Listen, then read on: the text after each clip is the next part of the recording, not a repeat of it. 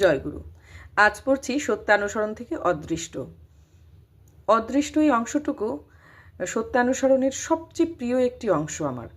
তো যারা এই অংশটা শুনছেন আজকে আমার সঙ্গে, তো আশা করব এই অংশটুকু খুব মন দিয়ে শুনবেন এবং হৃদয় দিয়ে অনুধাবন করবেন।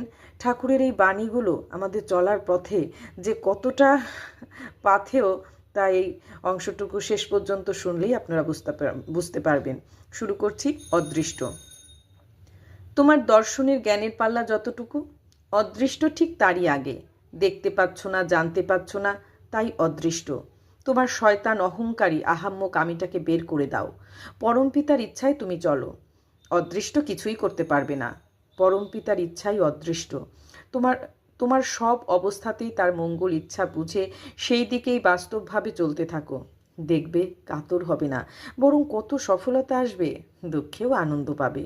কাজ করে যাও, অদৃষ্ট ভেবে ভেঙে পড়ো না, আলসে হও না। যেমন কাজ করবে তোমার অদৃষ্ট তেমনি হয়ে দৃষ্ট হবে। সৎকর্মীর কখনো অকল্যাণ হয় না, একদিন আগে আর পাছে। পরম পিতার দিকে তাকিয়ে কাজ করে যাও, তার ইচ্ছাই অদৃষ্ট। তাছাড়া আর একটা অদৃষ্ট ফদৃষ্ট বানিয়ে বেকুব হয়ে বসে থেকো না।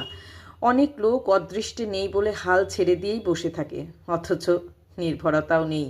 শেষে সারা জীবন দুঃখে কাটায়, ওসব আহম্মকি। তুমি গেলেই অদৃষ্ট ফুরলো, দর্শনও নেই, অদৃষ্টও নেই। বন্দে পুরুষোত্তমম।